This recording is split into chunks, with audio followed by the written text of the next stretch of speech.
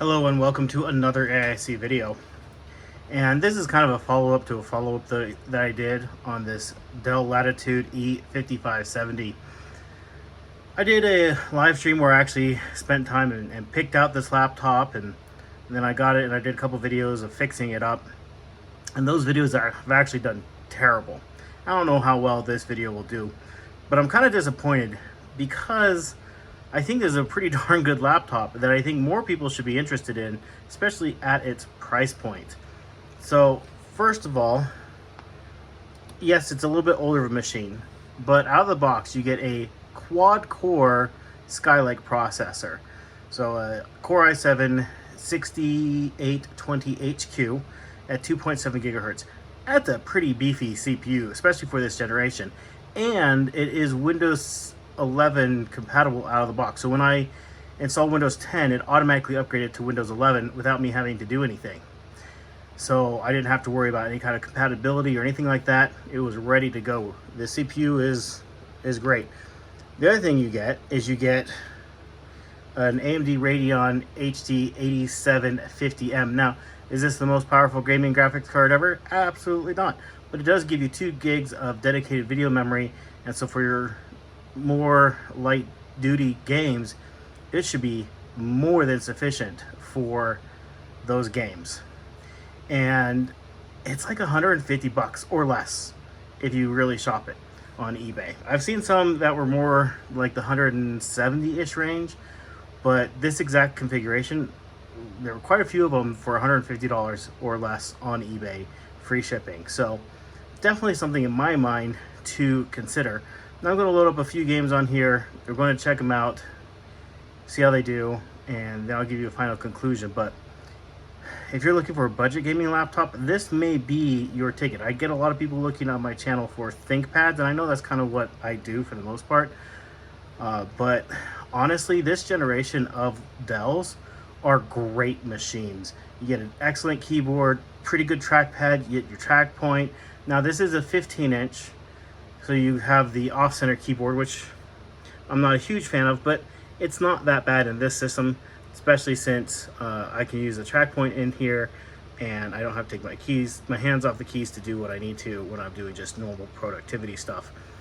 So my only complaint is that I did buy the one without the full HD screen, and that's on me. I was kind of bouncing between a few different ones, and I thought I bought the one with the full HD screen. It was the same price, similar condition, everything, so that's on me. So let me go ahead, like I said, load up a game here and we'll go from there. Alright, so that took forever to update.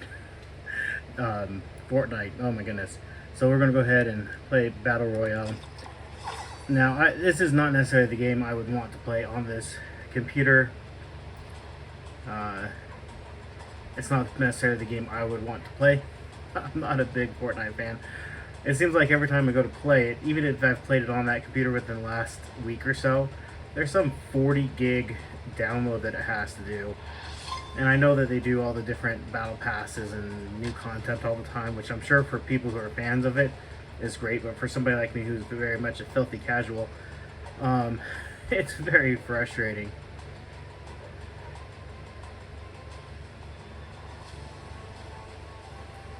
Now, you'll see up in the upper left corner, I do have MSI Afterburner going, so we can see our frames per second. And we don't get great frames on this. It will jump up to the 30 plus frames per second, but it is not able to stay there. We often drop down to that single frame. If we could keep that 30 frames per second, it might be just fine, but we often can't. We'll go ahead and drop into, see, now that we've kind of loaded, it's okay, but you know, we get into the group of people running around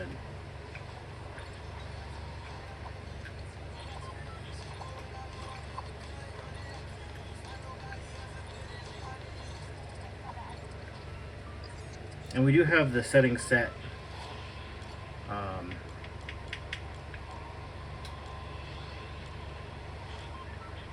pretty low, right? So we've got it as low as I think it'll go on everything. .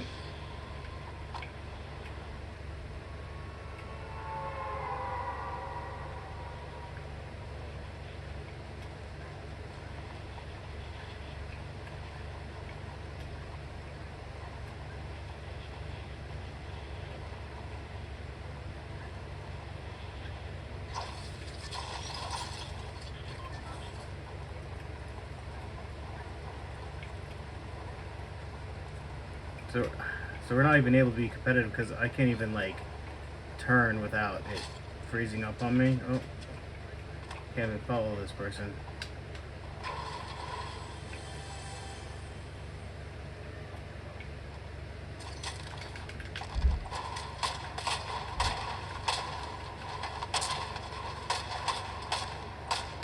Anyways,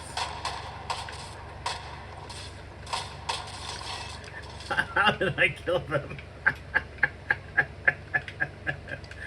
Oh my goodness, that was hilarious.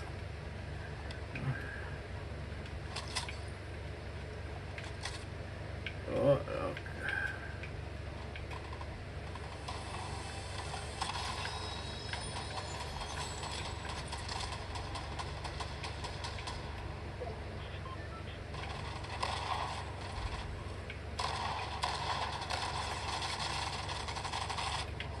Yes, I missed the stairs entirely because of the drop in frames. Oh my goodness, it's so embarrassing.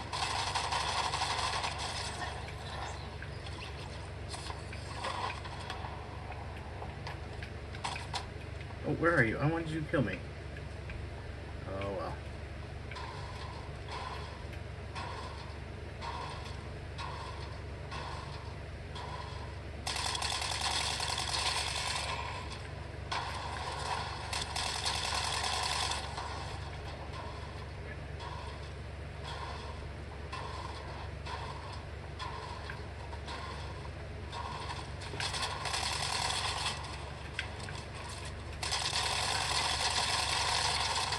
Oh my, how am I not dead? Oh, there we go, finally. Alright, let's go ahead and load up the next game. Alright, so we're loading up GTA 5 now. I noticed there's a slight flicker in the screen that the camera's picking up. I'm not seeing that on the screen with my naked eye at all, and the screen's quite a bit brighter than it's showing in the camera. I think that's just because I have on all the lights in my studio, so it's going to be a bit brighter to my own eye.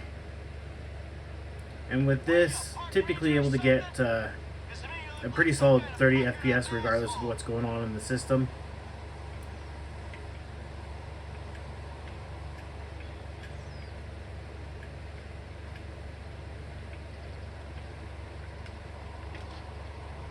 I'll play this in a hot minute. Gotta remember what the controls are.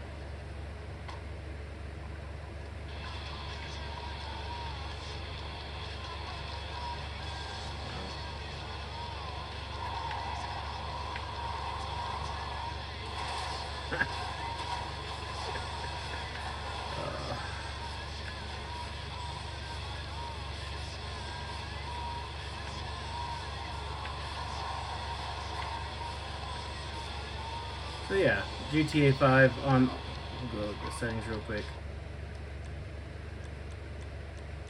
Oh, I went the wrong way. Alright, settings, there we go. So we have full screen, native resolution, off, resync half, population density is basically 0, population variety is a little bit higher, detailed scaling is down, texture quality is high, normal. So, but we're able to hit that 30 FPS. The funny thing is it is set to 60, so not quite sure why it's sticking to 30. I don't know if it can do more, it's just choosing not to. Well, I guess that's just the monitor refresh rate. I don't know, is there way to lock that? Yeah, so it's able to hit the 30 FPS. It's happy about that. And so let's go ahead and move on to the next game. Alright, so we're going to play a little Hollow Knight song. Forgive me, I never played Hollow Knight, and so I'm going to be really bad at this, but I know that this is going to be a really popular game. It's going to be one game that people ask me a lot about.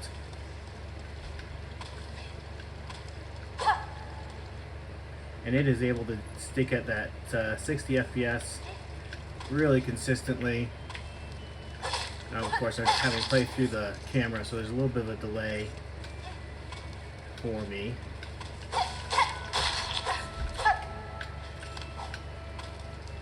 And but yeah, it plays great.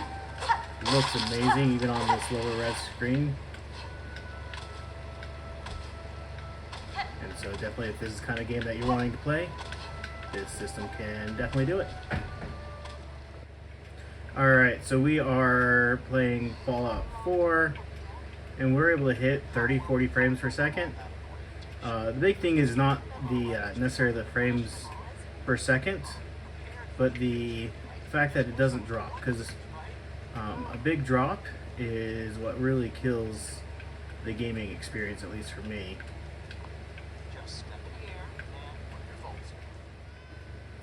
Alright, we're going to end this video kind of where we started, with past mark performance sets running in the background. So once again, normally I love ThinkPads, and I will buy a ThinkPad above just about any other laptop. However, this generation of Dell, where it's like from the 5th to the 8th gen Core i5 and i7 laptops, the Latitude line specifically, there are some real bangers in there. So just some really good laptops, and this definitely falls into that category of just a well-made, well-thought-out, well-designed machine with really impressive performance. And I'm very happy to have had the chance to review this laptop. I'm sad that my previous videos did not perform, because it means that not enough people have learned about this laptop. I hope that this video does slightly better, and I hope some people go out and buy these and add them to their collection. If you're somebody who likes collecting laptops like I do, or you need a budget gaming laptop and you have a lot of games from GOG.com that you want to play that don't need, they're not AAA games, and so you don't need necessarily the horsepower, but you need enough horsepower to play the game well. This is a great system and a great price. $150 is about as basic price point as you can get without getting like trash computers. Like $150 is a good solid price for a good working computer. The fact that you don't have to do anything silly to install Windows 11 out of the box is great in my mind. I know some people want to install Linux on these. That's another great option, but with it being a quad core processor plus the dedicated graphics, it's just a great value for the money, in my opinion. And it will be a great all-around laptop. It's not the thinnest or lightest, obviously, but it'll still slip into a laptop backpack just fine. And it will have some serious horsepower. And mine has the smaller battery. If you upgrade to the NVMe SSD like I did, you can put in a larger battery and have great battery life in this system as well. And those batteries weren't very expensive. They're like 20 bucks maybe, which most systems this old are going to probably start needing a new battery soon anyways, and it's again super easy and to replace. So in conclusion, if you're looking for a great deal on a gaming or a laptop that can handle games to a certain extent, this might be a great option, especially at this price point. I've really enjoyed using this laptop. I really hope that people do see this video and put this on their possible want list.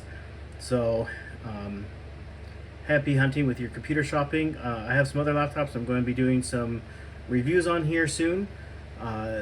This one, unfortunately, because it hasn't gotten the views, this will be the last of it. I'll probably be throwing this up for sale either locally or on eBay. I have a bunch of other laptops for sale on eBay currently at the time of recording this. And so yeah, definitely let me know what you think down below. Hopefully you enjoyed this video. Thank you for watching, and I hope you have an amazing day.